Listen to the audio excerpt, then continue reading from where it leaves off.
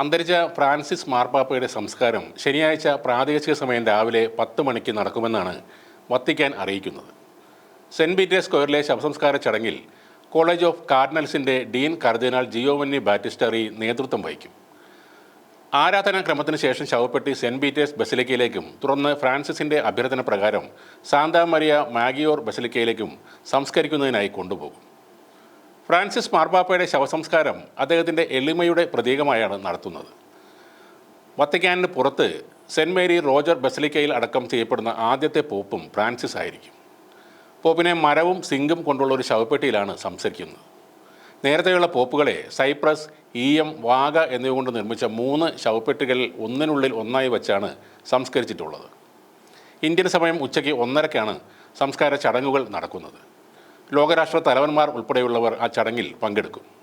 അർജന്റീനയിൽ നിന്നുള്ള ഫ്രാൻസിസ് മാർപ്പാപ്പ 1300 വർഷത്തിനിടെ സഭാ നേതാവാകുന്ന ആദ്യ യൂറോപ്യൻ ഇതര പോപ്പ് കൂടിയായിരുന്നു. കത്തോലിക്ക സഭയുടെ പരമാധ്യക്ഷൻ എന്ന നിലയിൽ വത്തിക്കാൻ സർക്കാരിലും സഭയ്ക്ക് അകത്തും കാലോചിതമായ പരിഷ്കാരങ്ങൾക്ക് തുടക്കം കുറിച്ച വ്യക്തിയായിരുന്നു ഫ്രാൻസിസ് മാർപ്പാപ്പ.